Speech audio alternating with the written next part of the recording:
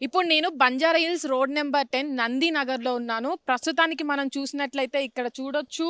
ఇక్కడ మొత్తం రోడ్డంతా కూడా రోడ్డు పక్క సైడ్‌లో కూడా ప్లాస్టిక్‌తో కూడినటువంటి వస్తువులైతే పడేస్తున్నారు. ఇక్కడ ఇటు సైడు చెత్త మొత్తం ఇంత విపరీతంగా పడేశారు. దీనికి ముందు కూడా మనం చూసుకున్నట్లయితే ఒక ప్రైవేట్ స్కూల్ ఉంది. అక్కడ చిన్న పిల్లలుంటారు. మనం చూడొచ్చు. ఇక్కడ చెత్త పారేసిన సమయంలో కూడా చాలా డాగ్స్ వస్తూ ఉంటాయి. ఆ చెత్తని రోడ్డు మీదకి లాక్కెళ్తూ ఉంటాయి. కనీసం డస్ట్‌బిన్‌లు లేకుండా ఇక్కడ విచ్చలవిడిగా చెత్తను పారేస్తున్నారు.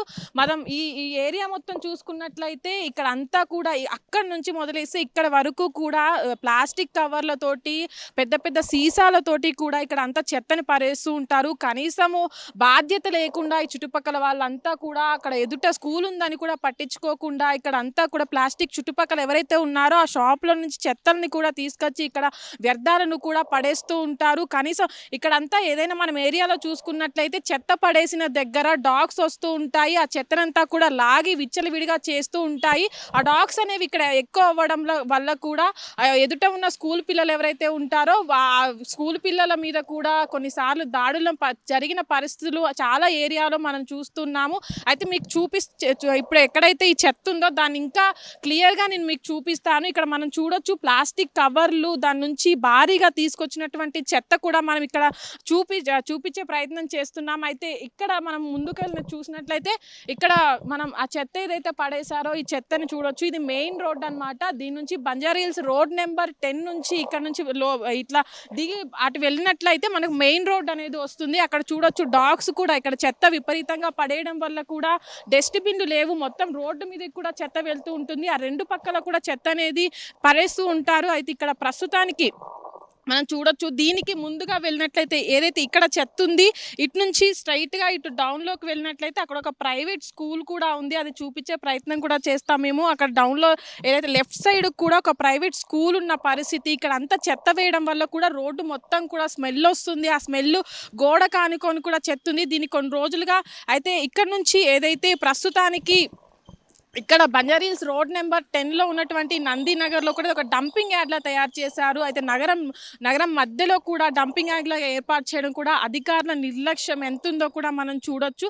అయితే ఇప్పటివరకు ప్రస్తుతానికి హైదరాబాద్ నగరం అనేది క్లీన్ సిటీగా చాలా సంవత్సరాల గతంలో మనం చూడొచ్చు.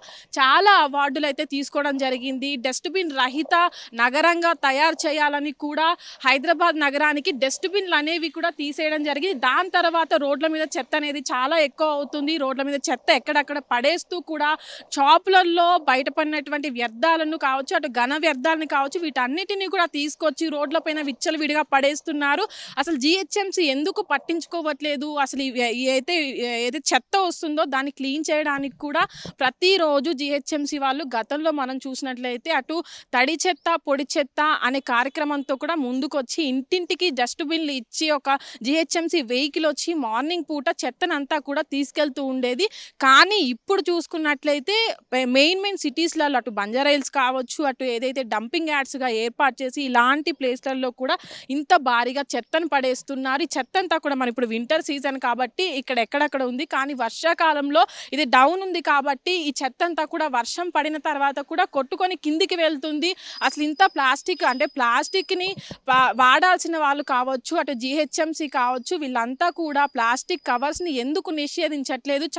కొన్ని సంవత్సరాలుగా మనం చూస్తున్నాము. ప్లాస్టిక్ కవర్లను కూడా విచ్చలవిడిగా వాడుతున్నారు. దాని తర్వాత గతంలో చూసుకున్నట్లయితే ప్లాస్టిక్ కవర్‌ని ఎంత మోతాదుకు వాడాలో అంత మోతాదుకే వాడాలి. లేకపోతే వారిపైన కఠిన చర్యలు తీసుకుంటాము, ఫైన్ విధిస్తామని కూడా చెప్పడం జరిగింది జీహెచ్ఎంసీ. దాని తర్వాత ఏదైతే ఇప్పుడు మనం కొన్ని రోజులుగా చూసుకున్నట్లయితే ఏదైతే నాలాల పూడికతో పాటు నాలాల పూడికలు తీయాలంటూ కూడా అటు హైడ్రా కమిషనర్ కావచ్చు, జీహెచ్ఎంసీ కమిషనర్ కావచ్చు, ఒక కోఆర్డినేషన్ మీటింగ్ పెట్టుకోవడం జరిగింది. దాని తర్వాత కూడా నాలాల పూడిక తీస్తామంటూ కూడా ఎక్కడికక్కడ క్లీన్ చేస్తామంటూ కూడా చెప్పడం జరిగింది. అయితే ఫస్ట్ మనం చూడాల్సింది ఏంటంటే ప్లాస్టిక్ వ్యర్థాలు అనేవి నాలాలో ఇరుక్కోవడం వల్ల కూడా నాలాలు అనేవి మూసుకుపోతున్నాయి.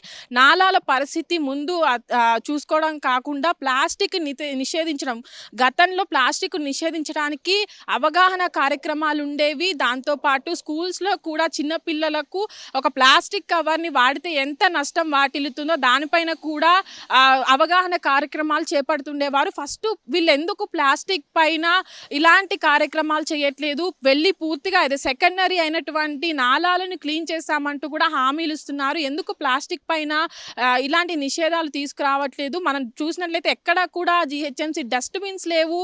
అసలు ఖచ్చితంగా ఎక్కడ పడితే అక్కడ జనాలు కూడా ఏదైతే బాధ్యత లేకుండా చెత్తను కూడా ఎక్కడ పడితే అక్కడ పడేస్తున్నారు. వాళ్ళపైన ఎలాంటి కఠిన చర్యలు కూడా తీసుకోవట్లేదు, అధికారులు కూడా పట్టించుకోవట్లేదు. సెకండరీ అయినటువంటి నాలాల వైపు చూస్తున్నారు. నాలాలలో ప్లాస్టిక్ ఇరుక్కుంటుంది, ప్లాస్టిక్ ఇరుక్కున్న తర్వాతే నాలాలన్నీ కూడా క్లోజ్ అవుతున్నాయి. దాన్ని ఎందుకు పట్టించుకుంటున్నారు? చెత్తను కూడా ఎక్కడ పడితే అక్కడ పడేస్తున్నారు. వాళ్ళపైన ఎందుకు కఠిన చర్యలు తీసుకోవట్లేదు?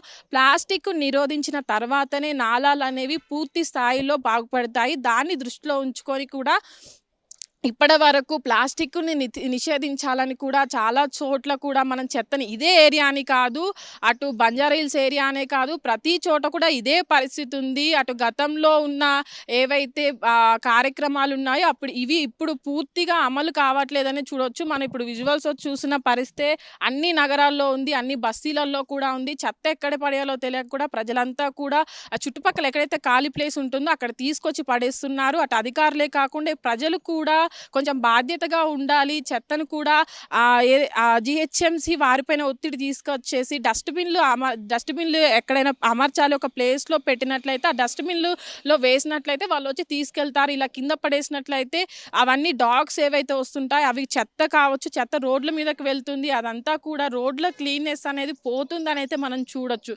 కెమెరామ్యాన్ అనిల్తో Nagavani, hit TV, Hyderabad. Hit TV app ఇందులో short news, live news, entertainment shows, movies, digital magazines తో పాటు మీ జిల్లా వార్తలను కూడా ఫ్రీగా చూడొచ్చు. ఇంకెందుకు ఆలస్యం, వెంటనే హిట్ టీవీ యాప్ ని డౌన్లోడ్ చేసుకుని ఫ్రీగా ఎంటర్టైన్మెంట్ పొందండి. Hit TV app. Hit TV app.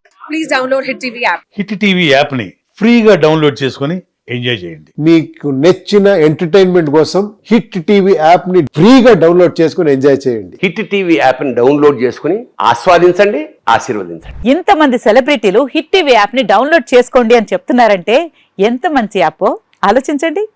America అమెరికాలో చదవాలనుకునే వాళ్ళకి విశ్వసనీయమైన పేరు మన శౌర్య కన్సల్టెన్సీ.